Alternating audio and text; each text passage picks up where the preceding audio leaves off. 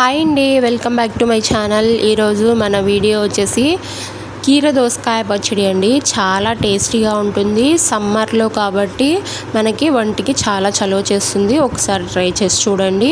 ముందుగా ప్రాసెస్లోకి వెళ్ళిపోదాము. దానికోసం 2 మీడియం సైజ్ కీర దోసకాయల్ని తీసుకొని ఈ విధంగా చిన్న ముక్కలుగా కట్ చేసుకోవాలి. అలాగే కారానికి తగ్గట్టుగా కొన్ని పచ్చిమిర్చిని తీసుకోవాలండి. ఆ తర్వాత స్టవ్ మీద ఒక గిన్నె పెట్టుకొని అందులో తగినంత ఆయిల్ని వేసుకొని పచ్చిమిర్చి వేసి వేయించుకోవాలండి.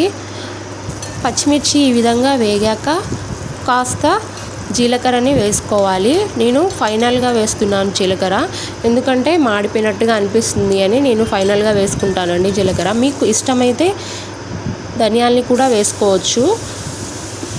తర్వాత ఆ మొత్తాన్ని పక్కకు తీసుకోవాలి. ఇప్పుడు అదే గిన్నెలోకి కొన్ని కీర దోసకాయ ముక్కల్ని వేసుకొని ఈ విధంగా వేయించుకోవాలండి. ఈ మాత్రం వేగితే సరిపోతుంది, పచ్చివాసన పోయేంత వరకు. ఆ తర్వాత దీన్ని మనం రోట్లోకి వేసి దంచుకుందామండి.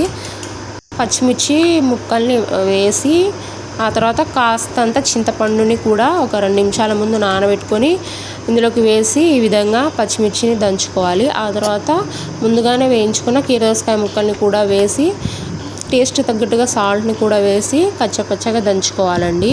చూసారు కదా, వీడియోలో చూపించినట్టుగా ఈ విధంగా ఉంటే సరిపోతుంది. దీని మొత్తాన్ని ఒక గిన్నెలోకి తీసుకుందాము. ఆ తర్వాత దీనికి మనం తాలింపు వేసుకోవడం అండి. స్టవ్ మీద ఒక గిన్నె పెట్టి కాస్త ఆయిల్ వేసుకొని అందులోకి కొన్ని ఎండుమిర్చి ముక్కల్ని అలాగే కొన్ని వెల్లుల్లి రెబ్బల్ని వేసి మంచిగా వేయించుకోవాలండి.